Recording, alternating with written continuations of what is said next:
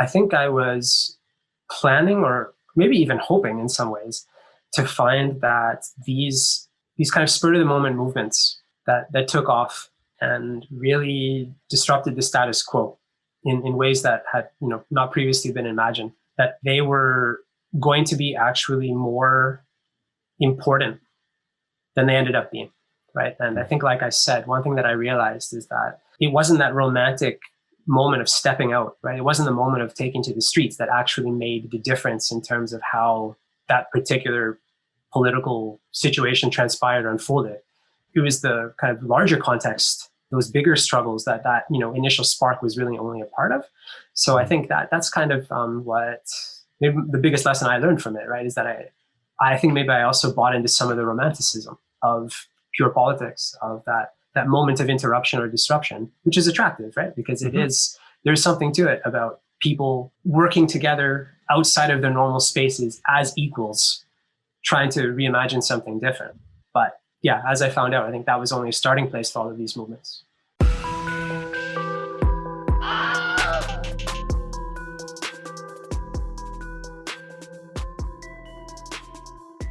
Hello, Plastic Pills listeners. As some of you may know, I've been working on my PhD dissertation on democratic theory. One of my main focuses is radical democratic theory.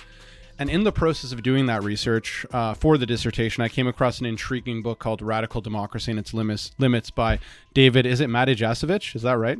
There you go. Awesome. I got it the first time. I meant to ask you before we started recording, but whatever. And he's an instructor at Simon Fraser University.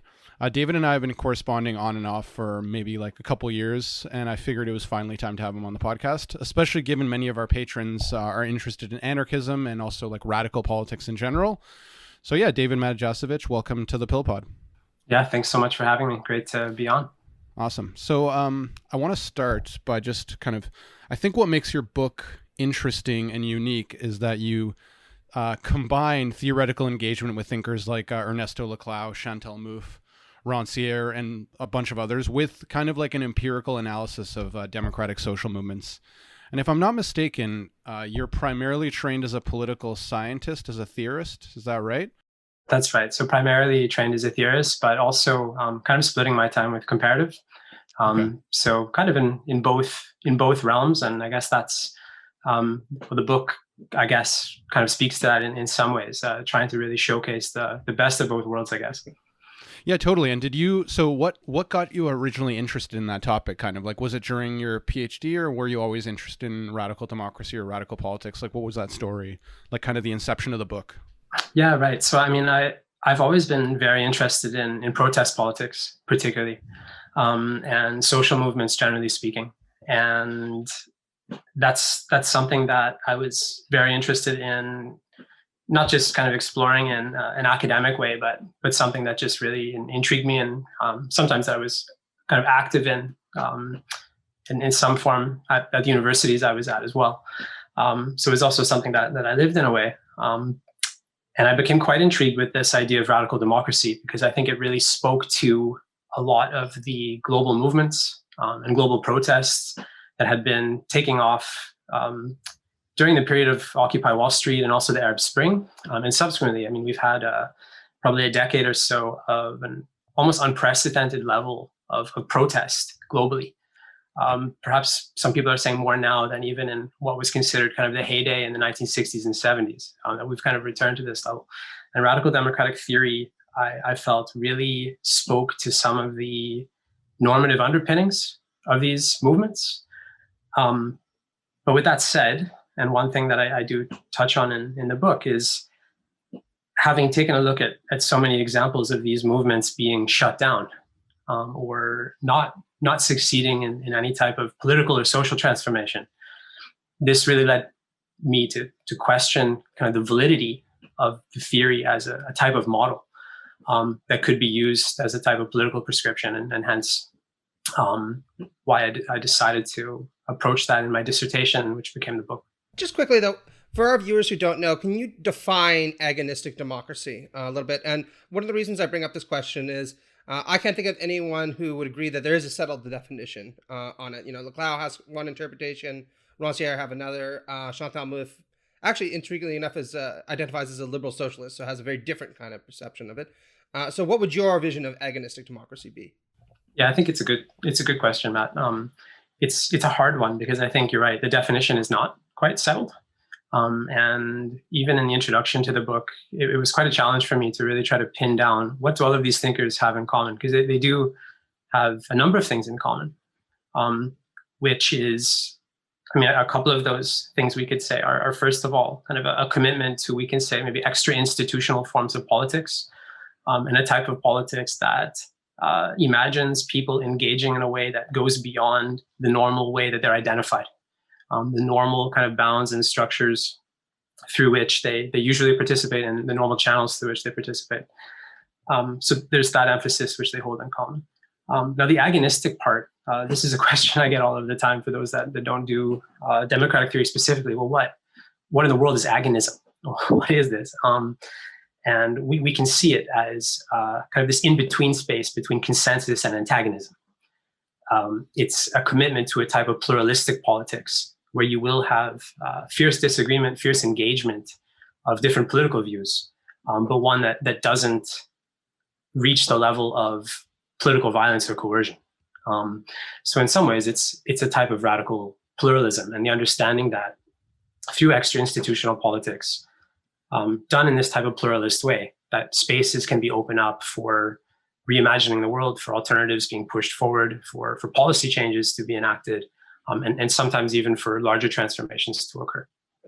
So in setting up the main argument of the book, you argue that like certain conditions need to be in place for agonistic democracy to be sustainable, and like maybe this is going to require like a long explanation, but I don't know if there's some way you could kind of give us a bit of an idea of like what you see as these kinds of and just like give the audience an idea, right? Like you have a number of case studies in the book where you talk about like real examples of like social movements, and you identify like moments in those movements that could qualify as like an open space, a space in between, like a space of agonism, right? But you also set the book up and the argument very well, I think, to talk about how there's these conditions. I think there are 4. So if you could talk about some of those, I think that'd be great. Yeah, right. So I think, one thing that I realized going through the research and putting the argument together after doing the case studies is that the conditions under which the conditions under which agonism can be maintained are quite limited, because ultimately they do depend very much on the benevolence of the ruling authorities or the dominant social force, and this perhaps doesn't come as too much of a surprise when you take a look at certain case studies that are in the book, and then also cases around the world. One kind of bugbear, I guess, I had with a lot of radical democratic thought is, despite its supposed radicalism, the theorists, all of the theorists that are identified, like Rancière or like Laclau and Mouffe, maybe less so Laclau and Mouffe, but many of their examples are coming out of the liberal democratic world. They're coming out of political systems where you actually have some standard, or perhaps we can even say a very kind of well-oiled machine of democratic mechanisms where spaces exist.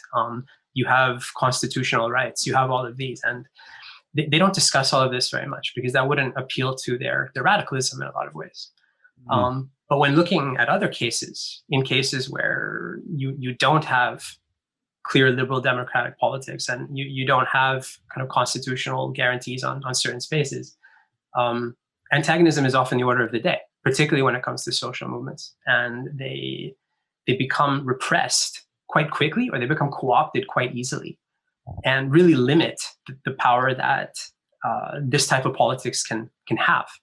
One of the main conditions that I think was established after I went through this book is that it's really, aside from the benevolence of the dominant force, it's really up to the protest group or the movement itself to try to win itself space in ways that will actually allow it to open up the possibilities of greater change. And this can be through, of course, building alliances, through taking over particular social political spaces that are important to the ruling power. And this is, I think, incredibly important in more authoritarian systems, and in some of the cases show that.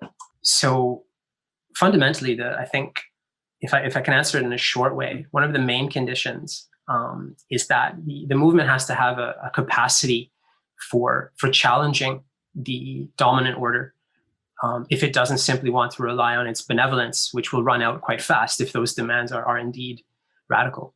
And I think that's something that maybe is not discussed as thoroughly as it could be within the theoretical body of work itself, in terms of alliance building, in terms of the actual strategies of movement building and alliance building and democratic resistance, if you will. I had a follow-up question, actually, on the subject matter of social cohesion. So one of the things that's interesting about the kind of radical democratic movement is that it situates itself very far on the opposite end of the spectrum from something like social conservatism, right? Social conservatism tends to advocate for a very thick kind of glue that binds us together, whether it be traditionalism, support for markets, religion. There are various different glues that they kind of put forward, right? And then you move forward to something like the Rawlsian liberal pluralist tradition, which says we can't have less social cohesion than that. We just all need to subject ourselves to an overlapping consensus that we might not necessarily agree with initially, but gradually over time, when we see that institutionally this works, we'll come to respect the institutions of liberal democracy and the kind of rights that flow from that. And then the radical Democrats are at the other end, and I think you put this very, very well, where they say we don't really need any social glue whatsoever. Everyone should be able to exist in their particularity permanently without institutions doing anything to try to efface that. But then we'll dialogue with one another in this kind of agonistic way. And this is the best kind of political form that's possible because it's the most free political form. Can you tell me a little bit about what the normative argument for that kind of radical pluralism is? Because looking at the work of somebody like Rancière, or looking at the work of Laclau and Mouffe, I'm sympathetic to the democratic feature of their argument, but I'm not entirely sure why it's such a good thing for people just to be able to express their identity without any real recognition that it might be important to develop a kind of consensus on issues with the other. Yeah, okay. I mean, I think it's an excellent question. And to be frank, Matt, I think it's a problem that I also share with those thinkers and with radical democratic thought. Going, I guess, to the first part of your statement and question with regard to this necessity of social glue. One thing that becomes quite apparent in the case study is that often in situations where you did have something or do have something that very much embodies radical democracy in practice, it's a type of permanent politics. Society becomes ultimately political. So I'm thinking in my book, I talk about the case of Thailand in the last 10 or 15 years, where you've had kind of constant street politics, constant occupations, constant attempts at a government overthrow, coup d'etats, all of this, right? And when it comes to that type of thing, it does make you wonder, and it's something that I refer to in the book, that we can make an argument that political engagement in itself can be a positive thing. It can be an end in itself. However, maybe one way to say it is that it can't be the only end of politics.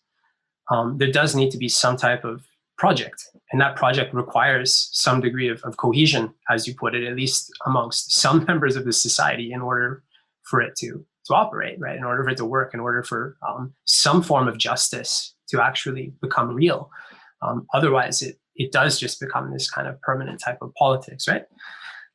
So that's my own criticism of it. In terms of where I think they see it coming from, I think all of those thinkers are really coming from a type of post-foundationalism where they do not see any particular justification or any permanent justification for a certain type of political order or form of rule, right? So what they would say is that, I mean, maybe to put it kind of crudely, right, to the Rawlsians out there, to the Habermasians out there, they might say that, okay, well, there are lots of folks that have doubts about Rawls and Habermas, right, and how they might structure kind of a liberal institutionalist order. As long as there are people that have doubts, and legitimate doubts, and can make good arguments about why those folks are wrong, we should always leave politics open to plurality, because there are so many different types of possibilities that we can envision. So that's something that I can sympathize with in terms of the dangers of putting forward kind of a monist type of politics. However, I do think that going on that other end, like you said, that other end of the spectrum where no social glue is needed, does lead to this type of kind of purist permanent politics that that isn't transformative and might not even lead to a type of justice in the end, right? So. No, I absolutely agree with you. And this is where I wanted a kind of follow-up question, which is, I'm a liberal democratic socialist, right? I believe that we should be politicizing everything, right?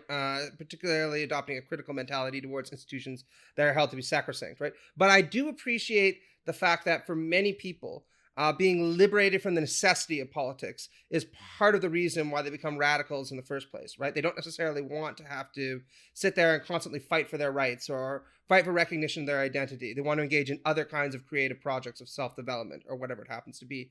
And I've never really seen radical democracy as offering anything to these people, precisely because it's supposed to be so permanently political, right? Do you think that would be a legitimate criticism? And could you see examples of that in some of the case studies that you looked at?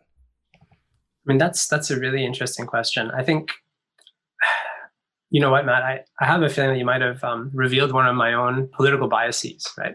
Because I think even though I have my doubts about this idea of permanent politics and permanent political engagement, perhaps myself, I do have an inclination to see political engagement as a type of higher order good. Oh, absolutely. I think we all do, right? Or at least maybe those of us that are, are talking about this on podcasts and the folks you guys talk to kind of week in and week out. So, but for those folks that want to engage in a different way, like let's say you're talking about like in an artistic way, or in a way that is not about confronting power or achieving power, right? I think some of the thinkers do offer something. I mean, I think the work of Jacques Rancière and his work on aesthetics, for example, is a type of politics that does offer something in terms of a disruptive type of politics, right? Or a politics of shattering expectations, or even Bonnie Honig's work in terms of the development of the new, right? And that politics is about new, innovative ideas and breaking out of old models and boxes, right? So I think there's something there, and that is offered. But what's interesting about that, when it comes to politics, one of the problems I see with that kind of model being applied, and then I put this, I state this in the book, in the introduction, and in other parts as well, their type of politics, I feel, tends to be a little bit too focused on disruption and not enough on construction. Particularly in terms of constructing kind of a common world, or a common transformative project, right? So in some ways, while they might focus on kind of this pure politics in a lot of ways, in other ways, they're not so focused on building. Hence, I think they leave a lot of people out who are less interested in deconstructing kind of the world we have right now, right? And who might be more interested in building something different or new. Now, those two things go together, but I think the emphasis in their work tends to be on the former rather than the latter, which is a critique I have as well. Absolutely, yeah.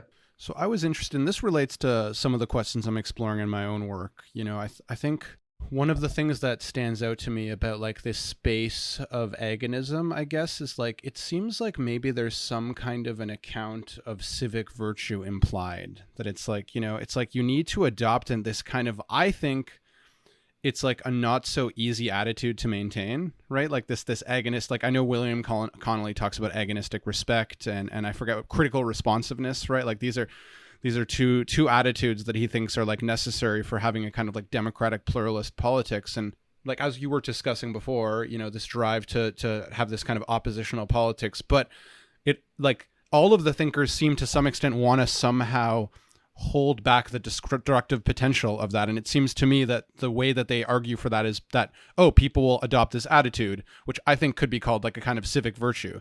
And I just wonder if you agree or if you could talk about like that in general.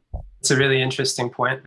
Rancière doesn't get into it as much, but there are hints in the work that there still needs to be this understanding of mutual respect, right? There's this idea of kind of respecting the equal or the other as an equal, right? So it does get into this realm, and I agree. And what, for me, the problem that I have with that, and then this is also one of the reasons that I did want to explore the case studies, is because I found that to be quite hard to swallow. It simply requires kind of the adoption of attitudes of virtue or tolerance. And one thing that comes out in the book, or at least that I try to make clear, is that it's not so much a matter of disrespect towards another, or even disrespect towards another's political position or existence, right? It's just the idea that your own fundamental political position is fundamental to you and to your group for a reason, and that there are going to be certain things about your position that are uncompromisable. And when it comes down to a particular conflict whereby compromises cannot be made and pluralism cannot exist, then those virtues can be tossed aside pretty quickly.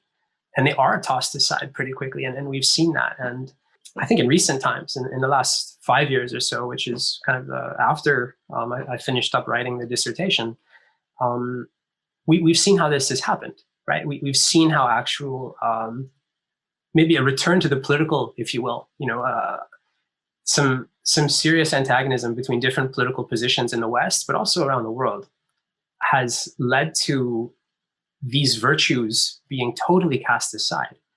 And for myself, the way I see it, I don't see that as a matter of these virtues not having been promoted, or the fact that people like William Connolly haven't had enough of a voice. I think it has something to do with the nature of the contest itself, and the nature of the struggle between these contesting ideas themselves. Yeah, I think that's good, and I think we're probably on pretty similar pages there. I think it does raise just the question of stability, right? Like because I think like these attitudes, like it just seems really hard to rely on them, as you were saying, right? Like people can set them aside so quickly, right? And of course, like because they have these kind of anti-foundationalist sympathies, that almost prevents them from being able to talk about what those things mean in like a thick manner. Because like if you start talking too much about the required attitudes, all of a sudden you're becoming a foundationalist, right? Because if you're talking about like what the right attitudes, they just kind of have to vaguely, like you're right to say, Rancière, appeals a little bit to equality, but then Connolly does a little bit more. But yeah, that always strikes me as kind of a paradox in anti-foundationalist political theory, and that it's like in avoiding it, they don't let themselves talk about something that seems important, but then they kind of talk about it just unsatisfactorily. Yeah, you're very right, and I think that might be it might be very much the fact that they, by talking about it more, they would fall into the trap of undermining a lot of their own work. But it goes back to Matt's point about this idea of the glue. So in some ways, they're putting forward this idea of these virtues of agonistic respect, critical responsiveness, an appeal to respecting the other as an equal, as a type of this glue. But it's when it comes down to actual political contests, when it becomes a matter of, to put it crudely, who wins, who actually achieves political power, who gets the policy written, who is in and who is out. When we live in societies whereby a lot of times those types of decisions have to be made, and we can't have full pluralism, then how does that conundrum get resolved? And I think that's not something that's addressed in their work very well. One of the odd things about the radical democratic movement is that there's a kind of normative implication that's latent within their arguments, right? Which is that our absolute respect for difference is what we should do, right? Respect for the other in their otherness. And I never really think that's particularly well argued for by these kind of radical Democrats, even if I sympathize with the position, right? But one of the things that I think is problematic with this argument for absolute respect for difference is it doesn't really account for what I see to be the primary virtue of democracy, actually, which is this idea, as you put it very artfully, of constructing a world together, right? And I think that this is where a genuine democratic politics differs from either a liberal politics or so-called radical Democrats. Because the kind of liberal politics will say that this is the kind of standard set of liberal rights that you get. You don't have to engage in politics at all or engage in any kind of socially free activity. Just live your private life, that's fine. Whereas these radical Democrats say we need to have absolute respect for the other in their particularity, and even understanding that we might never be able to come to terms with one another. I think, this idea of constructing a shared world together as a democratic activity that Arendt puts forward, amongst others, I should say, is a lot more inspiring and a lot more true to the spirit of democracy going back to ancient Athens. And I was wondering if you think that that's true. Yeah, I think you and I are on a very similar type of, maybe if not exactly the same page. We're on, we're in the same chapter, Matt. We're not too far off on that. I think that's right. Even though, like I said earlier, I do think this idea of breaking down barriers, of taking people out of boxes, kind of a more deconstructive politics is important, right? Because that's necessary to question the world as it is now, right? And to reimagine it as something that could be different or better. But it's only the first step, right? And in a lot of ways, the radical Democrats, in kind of their appeal to the recognition of difference as kind of the ultimate end, and then depending on which thinker you're looking at, I think they take that in different ways. I think Connolly definitely takes that the furthest, and some of the others like Mouffe takes it less far, as a result of her own political commitments, I think. But I agree that in the body of work, they do not focus on the act of building or constructing, or even the idea of dialogue, right? I mean, right. There's a lot of not that I'm the biggest fan of deliberative democracy. I'm sure that's something you've talked about with other folks on your show, but I think there is something to this idea of people coming together and actually hashing out a plan for living together in a just way. And unfortunately, with the radical Democrats, I think once that is done, it's kind of seen as creating otherness, or it's creating exclusions. It's the process of constructing is automatically othering, right? And that's kind of the first thing they turn to. And if I go back to Honig, I think there's one part of her work, I think it might be in Emergency Politics, where she says something to the effect of, the second after the Constitution is written, the people become, they're no longer the authors of it. They kind of become subjected to it. And hence it should be open to rewriting. And it's this kind of spirit, which, as much as I think that's necessary to always keep politics open, to keep possibilities open, taking that too far leads to a situation whereby people can never really engage in meaningful construction together. And it's interesting because Honig is kind of a neo-Arendtian, and she goes very much against Arendt in that way, right? Where she moves away from that kind of Arendtian understanding of building a world together through dialogue, right? Or through great acts and deeds, as she might put it. No, I absolutely agree with you. But one of the things that I always try to contest is this idea that you can't find cooperative forms of radicalism. And a book that I really like is J. Cohen's Why Not Socialism, right? Where the metaphor he uses for a society of equals where people treat each other with respect and engage in democratic processes is actually a camping trip, right? And he says, look, if you have to cooperate together and reach a consensus on what kind of jobs you're going to be doing on a camping trip, yes, that does involve a certain kind of infringement of your freedom, since you might want to cook rather than canoe or whatever it happens to be. But most of us will understand that if this is done in a non-authoritarian way, it's not only necessary for sociality, but it's actually good for sociality, right? It leads us to have a feeling of mutual warmth and affection for one another. It helps us build a better trip, over time. And that's the kind of metaphor that I think is radical, but also very inspiring in a way that the radical Democrats sometimes aren't, just to me at least. Anyway, Victor, I know you had a question. So. I'm cognizant too that it's interesting. A lot of our listeners, and especially patrons, they have, I think I mentioned at the beginning, they have some anarchist sympathies, and they're probably going to give us shit later on because Matt, they always call Matt and I, they're like, oh, there's those libs, because the other two guys on the podcast are a bit more post-structuralist, and Matt and I are liberal socialists and sympathetic to that stuff. So so I do want to say at least that I do find radical politics to be important and necessary, and I'm sympathetic also, but I think what's at issue is how sustainable, or is it as a serious plan forward.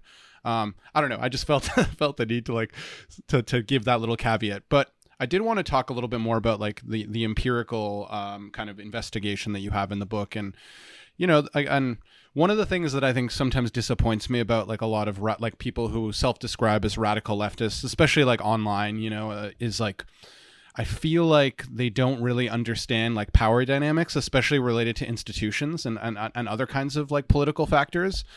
And I'm curious if you could talk about, like, in some of your empirical case studies, maybe like one of the ones that you found most revealing on how they shed light on how the necessary dynamics for agonistic democracy to occur, and how they interact with like power dynamics, and what sort of like destabilizes that agonistic space as it relates to kind of like the more like political conditions that I think, you know, political scientists tend to investigate those things much more than theorists do. And I think that can be a mistake if a theorist is really interested in radical politics. And that's what I think your book, frankly, brings to the table. So maybe you could talk about that a little bit. To perhaps start from a really maybe crude starting place. In some of the cases that I explored, politics is really nasty business. It's something that it's not a picnic, and it's not. And sorry to use your own analogy against you here, Matt. I'm not doing it on purpose, but it's not a camping trip. It's a fight. It's a struggle. It's a matter of facing the possibility of a serious defeat that could mean the loss of one's livelihood or life in some circumstances. And I think, you know, the most revealing thing, and this is something I go back to in terms of, you know, trying not to just look at cases in liberal democracies, right? I think a lot of discussion about radical movements, particularly that inform radical theory, often come out of the West.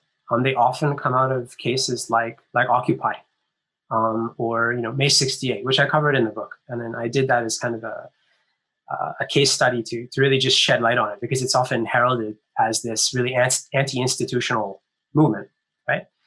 And I wanted to do that to just shed light on the fact that, well, you know, the fact is that some of the most radical currents within, let's say, May 68, were probably the least successful in terms of pushing a type of transformation. It was, in fact, those that tried to engage with political power at the level of the unions, at the level of the parties, at the level of the everyday person on the street, and trying to win them over, that resulted in the potential for, at first, possibly revolutionary change, which didn't happen, but later some concessions and reform. And kind of the so-called student ghetto, right, around the Sorbonne in May 68, which is always romanticized, in fact, really only operated as long as it did because it had the support of this larger movement around it. If it had not done so, or if there had not been this support around it through, you know, workers and others that had joined in this mass movement, it would have either stayed very small and have just been tolerated and would not have been remembered, or it would have been crushed quite quickly, because the type of demands and type of interruptions they were posing to ordinary life, so to speak, were quite stark. And it would have, again, led to, it did lead to violent repression anyway, but perhaps even more so. So that was kind of one case that really revealed that to me, right? That because, you know, so much of radical democratic thought is often based on some of these more romantic moments of pure politics. But behind the scenes, what's actually sustained them, what's actually allowed them to develop that type of romance, is everything else that was going on. And that happened to be the engagement with power. And that type of capital P politics that was taking place, right? I guess as a second thing, you know, taking a look at the Southeast Asian cases. So just to talk a little bit more about my own background, my own work, I'm really interested in the politics of Southeast Asia. When I do my comparative work, I tend to focus on cases from Thailand or Malaysia or Singapore. It's a place where I've spent some time. And the thing that's always very revealing about that region is that, again, the regimes in these countries are not liberal democracies, and they do not allow for these particular spaces. So radical politics really means radical politics. It really means risking everything to take part in it. And you see that when these movements engage. So when it comes to the foundations for agonism, or what allowed for agonism, the one thing that's really revealing in those cases is that in situations where you have an authoritarian state, and that authoritarian state has quite a bit of legitimacy, ultimately, a type of disruptive politics that remains at that level is not able to transform anything. And not only that, it can't even allow for the type of more kind of individualist or apolitical type of transformation that could be possible. So I'm thinking about kind of I hate to use this word, but like lifestyle anarchism, right? I mean, like something like lifestyle anarchism, where you kind of separate yourself from the authorities, separate yourself from the state. You don't engage in politics. You kind of just live your own life and do what you want. In a place like Thailand or a place like Singapore, that's not even possible because you don't have liberal democracy. And sometimes, in the West, we kind of take those liberal democratic foundations for granted and think that we can kind of live that way and be that way and not engage and just subtract ourselves or separate ourselves from those struggles and just do it ourselves. But what those cases really reveal is that it's not possible. Actually engaging in transformation so that people can engage in a more democratic way, or even in a more liberal, individualist way, as maybe Matt was alluding to before, requires the transformation of society. It requires actual real political engagement, again, at that capital P level. So this kind of goes back to my earlier point about why I think the need for larger movements that engage with more people in movement building, alliance building, is necessary to even allow for the type of liberal type of existence that maybe we take for granted in some Western countries. Yeah, you touched on so many things that I agree with. I think the point that you make is so important. And actually, I think I was talking to like one of our listeners the other day about like anarchist communes, and I was like, I think the point you make is so important, that like the reliance on background conditions, right, of like liberal democracy for certain kinds of political association to be possible is something that's often missed. And, I think the romanticism just does kind of like, interfere with I guess, ability to see like those conditions. So yeah, it's really so interesting. But Matt, I think you had something. Yep. Next, if you want, go ahead. Absolutely. I just want to say that I completely agree with what you said. And just speaking from my own experience, my wife is Mexican. I lived in Mexico for 2 or 3 years. And it really compelled me to reevaluate some of the critical opinions I had about things like the rule of law or trust in government institutions, right? Because it was a very different cultural environment there, where in many parts of the country, there really was very, very minimal rule of law, and no one had any trust in institutions. And things often didn't work very well, and people complained about it consistently and how they wanted to shift things in a more developed direction, right? But it's hard to do because, of course, if you don't trust institutions and then institutions try to enact change, right? The people tend to be resistant of that, or at the very least, they tend to be skeptical that it's going to lead to any kind of meaningful benefit to them. So one of the kind of jobs that someone like AMLO, for instance, assumed was trying to convince the people that when he said he was going to change the Mexican state and reduce corruption, he really was going to do that, right? And of course, it's still an ongoing project. But the question that I had for you is, I think you very rightly point out that a lot of proponents of radical democracy do indeed kind of fixate too much on Western social conditions and kind of rely on background assumptions about the stability of the state, the stability of law, respect for basic rights, while arguing for their kinds of positions. But why did you choose to focus on Southeast Asia in particular, countries like Malaysia, Singapore, and Thailand? And what kind of lessons do you think people living in Western countries can learn from these case studies? Yeah, those those are two really good questions. I hope if I end up kind of going on a tangent, just nod your head or something.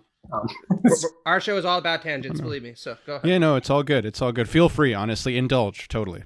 I mean, there are a couple of responses. One of the reasons why I focused on Southeast Asia, and maybe it's very much like you were just suggesting, Matt, with your own experience with Mexico. It's a place where I've spent time. And it really changed a lot of my assumptions about how politics operates, and what is politically possible, and how reimagining society might need to take a different type of route in order to get there. Because I think a lot of my own, I grew up in Canada. I was very much trained, not just in kind of Western political theory, but also Western political science, and very much accustomed to certain norms and conditions that exist here, right? And spending time in Southeast Asia, particularly Thailand and Singapore, where I've spent the most time, just was a kind of a real world lesson about what's really possible under not just authoritarian conditions, not just when you have an authoritarian regime, but also when you have an authoritarian political culture in a lot of ways, or where the acceptance of non-liberal ways of going about things is a lot more predominant than it is in the West.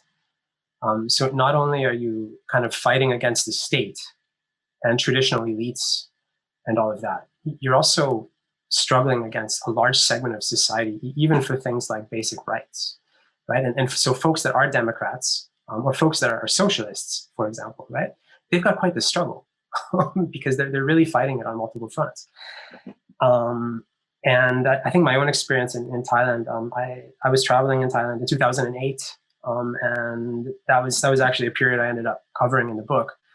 There was an occupation of the major airports in the country, and I was stuck in Thailand for a little while because of that.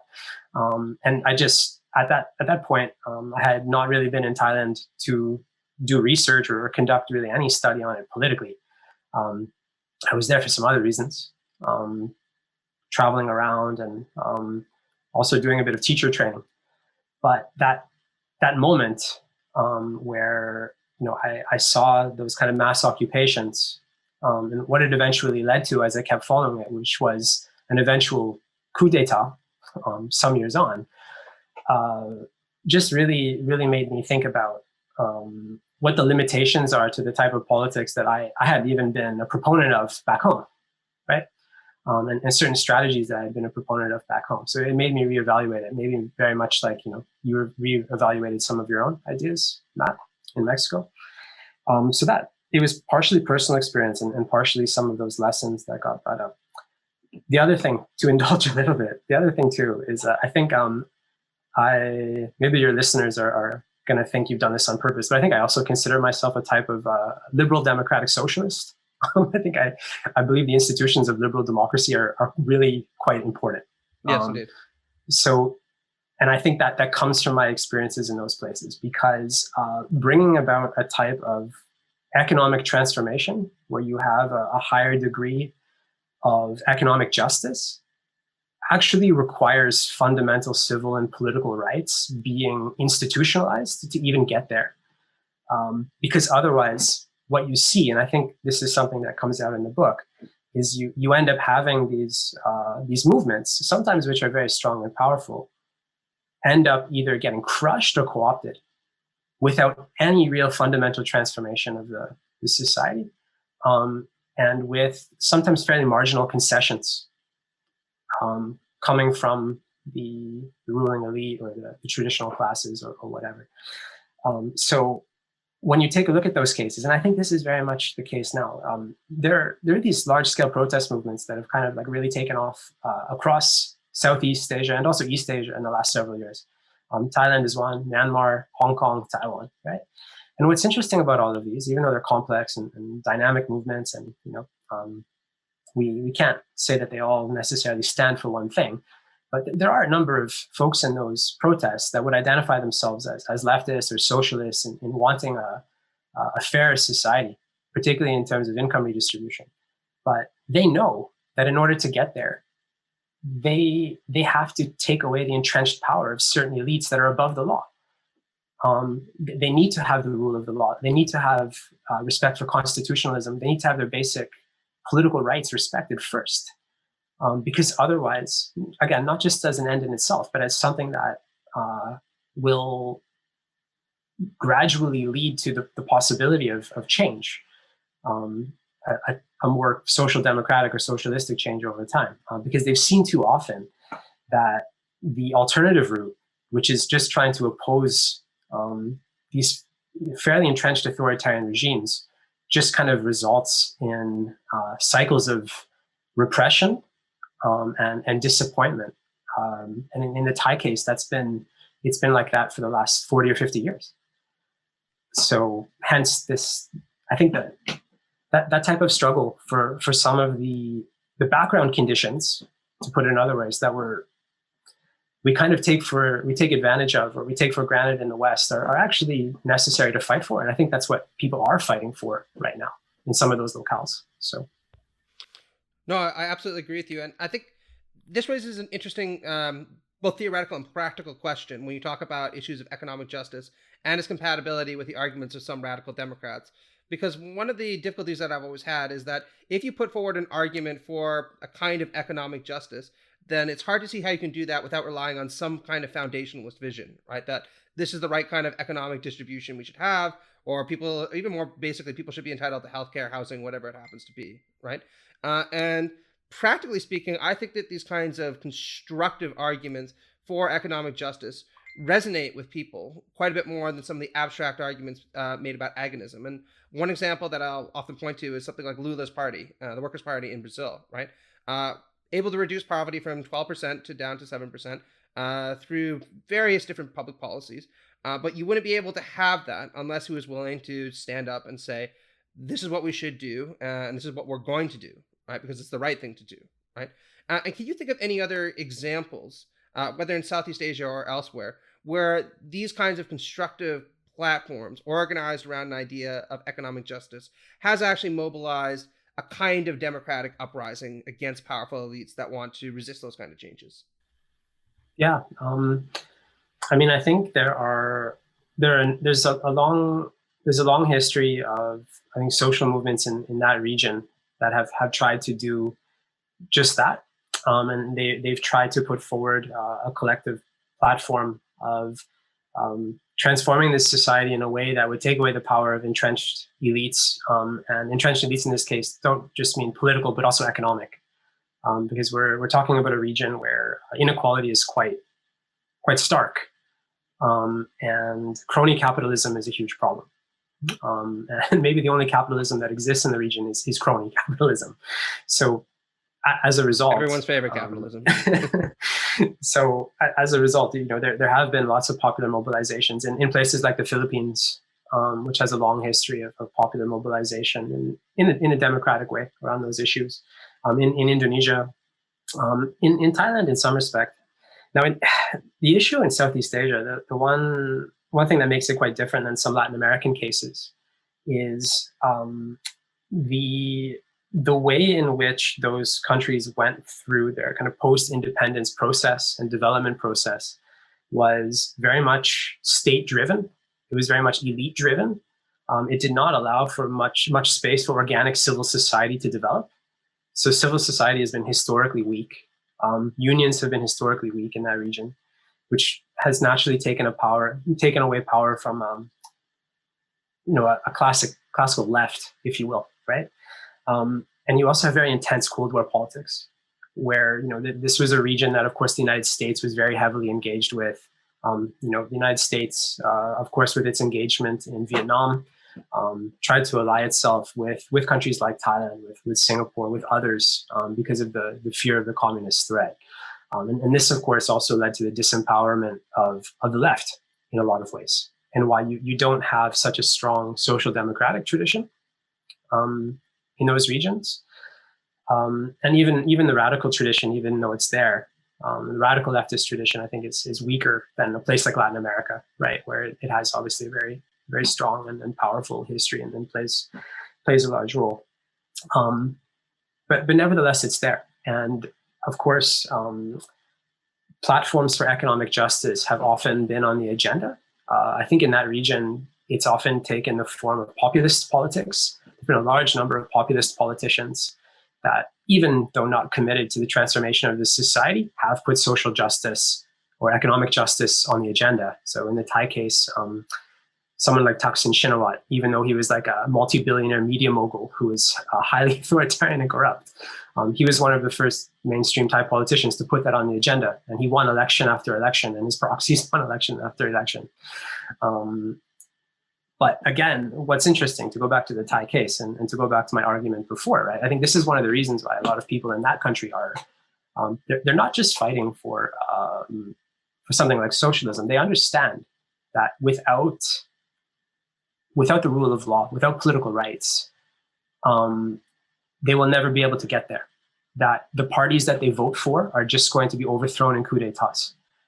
That the mobilizations that they put forward on the street in mass numbers when things go wrong are going to be harshly repressed by the military, and hundreds die on the street. So, without that type of that transformation to something that is more democratic in nature, or more liberal in nature, if you will, that other type of transformation is really hard to envision. So I think those two things really come together. So it's an interesting region to explore, kind of the intersection of the demand for liberal democracy and the demand for economic justice, which sometimes in the West, those two things don't often go together, because, liberal democracy is often criticized as just kind of a facade of the ruling classes, right? It's just the smokescreen behind oppression. Whereas I think in a place like that, that's not how it's seen. It's seen as a tool, at least, or an instrument of a greater transformation later on, right? If not something that's beneficial in its own right. Oh, absolutely. I just wanted to add a quick kind of follow-up.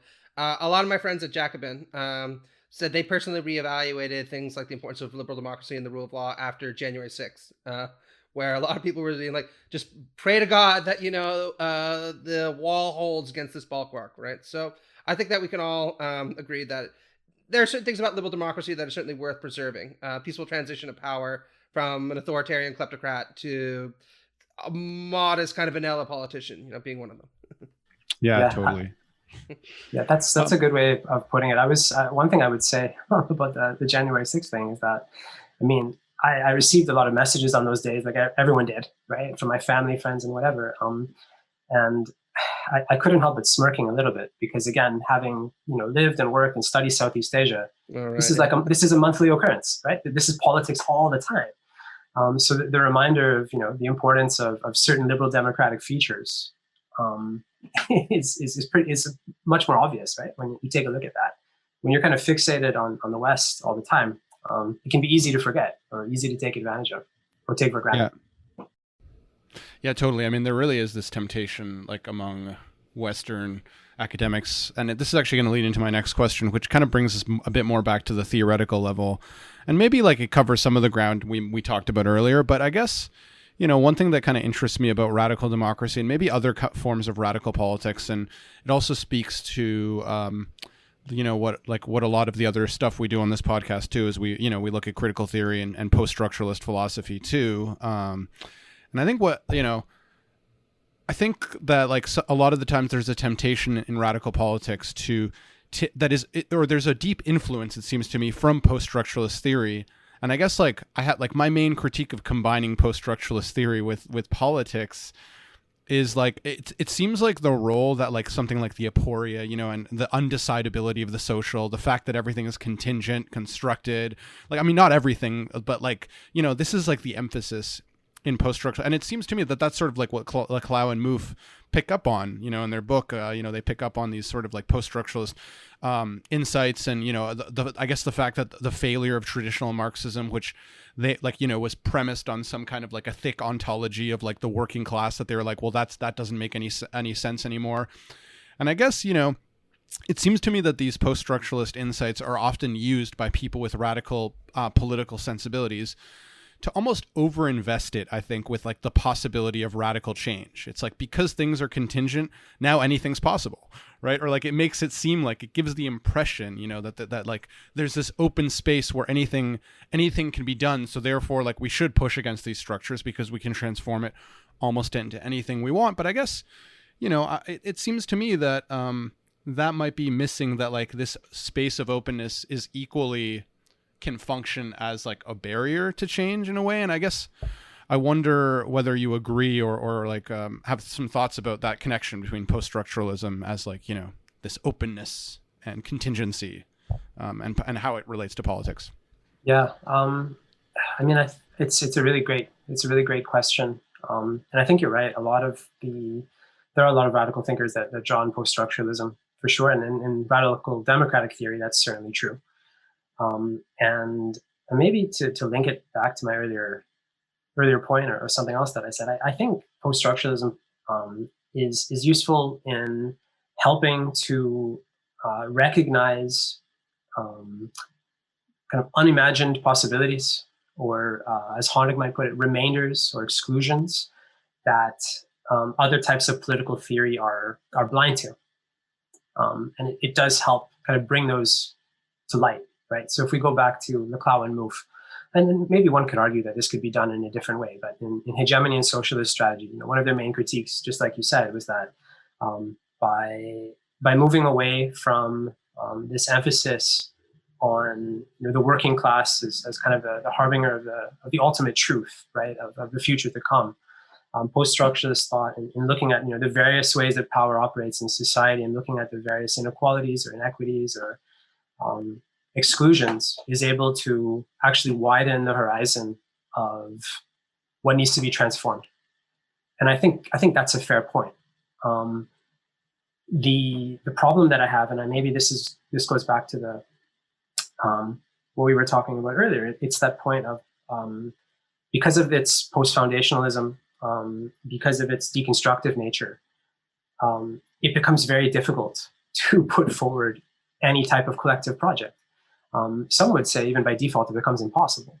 You can really only deconstruct and critique, and it becomes quite difficult to, in real practice, to build something. I mean, theoretically, right? I think it's quite easy for many post-structuralist thinkers to say something like, well, we can have an assemblage we can have a constellation, right? These words are really common in the literature, right? But what does that look like in practice? An ever more radical kind of democracy, right?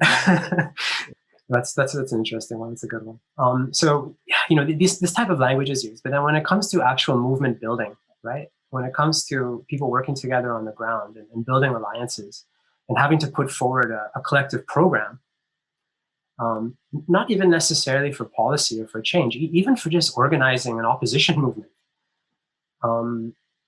that type of deconstruction, I think, does lead to paralysis in a lot of ways. And I'm not just saying that theoretically. I think it has led to paralysis. I think it's one of the reasons why, particularly in the Western world, I think, and this isn't an original insight or anything, I think a lot of people have said this, the reason why we're seeing this type of politics, where you have quite a lot of anti-institutional or extra-institutional protest politics, is because this is the type of politics that can be done in silos, right? You can have the multitude, so to speak, of different agents that really are not connected. They're all just kind of against the same thing in some way.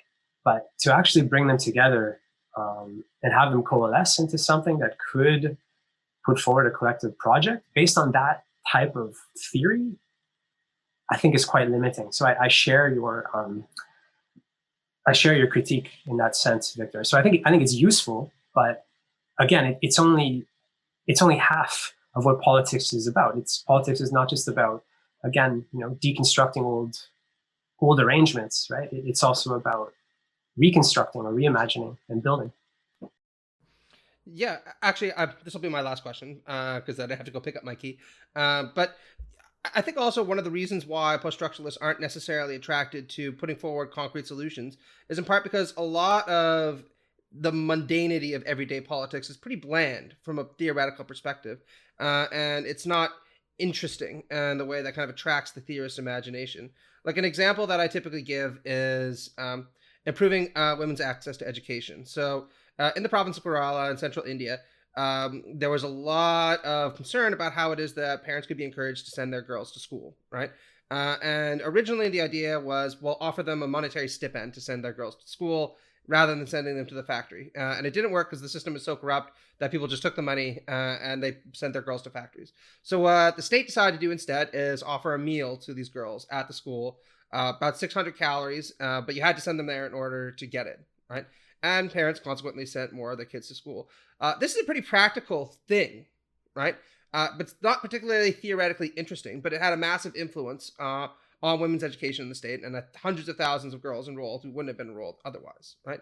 And these are the kinds of imaginative and kind of constructive projects that I think the left needs to mobilize around, because you can point to it as a kind of concrete way that institutions responded to inequality and did something that tangibly made people's lives better, right?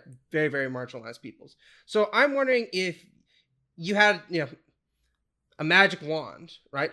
And you could just wave it over radicals today. What kind of concrete proposals would you want them to adopt? That's a really good question. No one's ever given me the magic wand. Well, so that's it. You now have the power to enact meaningful change and say, this way we march and no other. I think what I would say in terms of the key proposals, and this is something that has obviously been spoken quite a lot about, and I think it doesn't require a lot of reading today. You just have to look at the social media or the news over the course of a week to figure this out. We have a highly divided, fragmented societies. I think even the degree of fragmentation has increased, or at least has been amplified in volume in terms of what I'm hearing and seeing since I wrote the dissertation.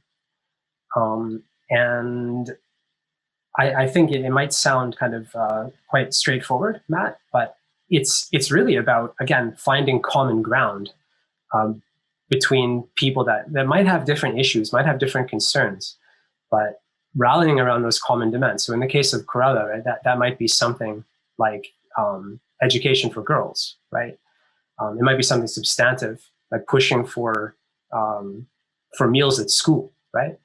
Or it could be something like fairer tuition fees, or a living wage, or certain reforms of institutions that will allow for more input from ordinary people, right? Things that we hear from, I think, a variety of different opponents to how things are working right now. But I think because of the fragmentation that we see, we don't see a real push for commonality. Because I think it's quite, and maybe part of this is because of the influence of post-structuralist thought, and there are other reasons too. There's a tendency to focus on differences, right? And there's a tendency to focus on what people don't share, as opposed to what people do share. And I mean, I can see how even what I'm saying right now can be criticized and be considered problematic, because it's suggesting a type of homogeneity, potentially not recognizing the forms of oppression that exist or hide behind commonality, etc. Right? That would be a pretty uncharitable interpretation of what you're saying, but yeah. I could see it, but I could see it coming. Yeah. If somebody really wanted to take issue with what you're saying, I absolutely agree.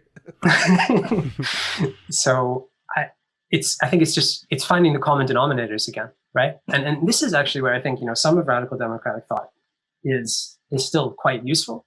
Like going back to Leclau and Mouffe, one aspect I really like about the work, even though I'm not very sold on that agonistic part and the possibility of the agonistic part, is the idea of equivalential chains, right? And it's more of Leclau's idea, but the chain of equivalence, right? And what is the chain of equivalence? Well, it's when people do have common demands, they do have some degree of commonality that can be stitched together, regardless of that difference, right?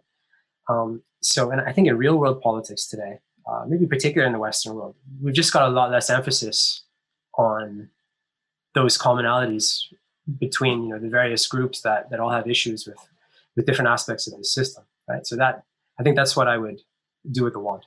Great. That's great. I think that's probably a good place to stop. I feel like I've asked all my questions, and I got to say it was such a pleasure, and it's nice. I discovered your book too in this context where I think I kind of had these like feelings of dissatisfaction, and then it was just like very, very surreal to find a book that just like captured what I was feeling, but then like gave me the sort of like at least a direction to go in, because I had those feelings. So I thank you for writing the book, and yeah, it worked out really well for me. Well, I'm happy that it was helpful. It was a lot of fun writing it. Doing the case studies was a lot of fun, and it was really revealing for me too. It was really one of those projects where I think like good research should be. the hypotheses and the ideas that I had at the beginning were not the same as when I finished, and I became a lot more suspicious of radical democratic thought. Even though I'm still sympathetic to quite a bit of it, there's quite a lot more of it that I actually see as maybe even holding us back from, a more just world, or more just societies, or even real political engagement, right? Which is something that they're big on. And this goes back to the comments that Matt made about, political engagement being a matter of construction and building, and focusing on that. So I'm curious, what were your like initial hypotheses? Did you have like a much more initial optimistic belief about what the sort of outcomes you'd find? It was more optimistic. I think I was planning, or maybe even hoping in some ways, to find that these kind of spur of the moment movements, right, that took off and really disrupted the status quo in ways that had not previously been imagined, that they were going to be actually more important than they ended up being, right? And I think, like I said, one thing that I realized is that it wasn't that romantic moment of stepping out, as I put it in the book, right? It wasn't the moment of taking to the streets that actually made the difference in terms of how that particular political situation transpired or unfolded. It was the kind of larger context, those bigger struggles that initial spark was really only a part of. So I think that's kind of what maybe the biggest lesson I learned from it, right, is that I think maybe I also bought into some of the romanticism, right, of pure politics, of that moment of interruption or disruption, which is attractive, right, because there's something to it about people working together outside of their normal spaces as equals, trying to reimagine something different. But yeah, as I found out, I think that was only a starting place for all of these movements. Yeah, for sure. Well, the book is Radical Democracy and Its Limits. David Matijasevich, thanks so much for coming on. And we'll put a link to the book in the description. Of course, these academic books tend to be pretty expensive, but I can say that I picked mine up. I think it was like a Christmas sale, and it was like 60% off. So sometimes just watch out for those sales, because Palgrave does have some really, really great stuff. And I actually found your book, funnily enough, because I was just browsing the sale. So like, I didn't even find it from Google Scholar. I was like, oh my God, I'm researching radical democracy. Here's a book called Radical Democracy and Its Limits. And I read the description, read the review, and I was like, okay, well, perfect. I'm going to pick it up. So yeah, listeners, maybe that'll come around again. So the sales, it's always good to keep an eye on those sales, because you're right. It is an expensive one, as academic books are. And I also got a lot of flack for that. People thought it was my fault. Yeah, I do. Yeah, Matt's in the same boat. Matt's got some books with Palgrave too, and he runs into the same thing. Yeah. One guy sat there and he was just like, why the fuck is your book $150 and you're arguing for like liberal socialism or whatever? And I'm like, hey man, believe me, if I were in your shoes, I wouldn't buy it either. So that's what I suggest too. So I'm always happy when people read the book, but I don't necessarily want to suggest that you go and buy it. Yeah. Cool. Well, great note to end on. But thanks so much, both. I mean, it was great. Thanks a lot.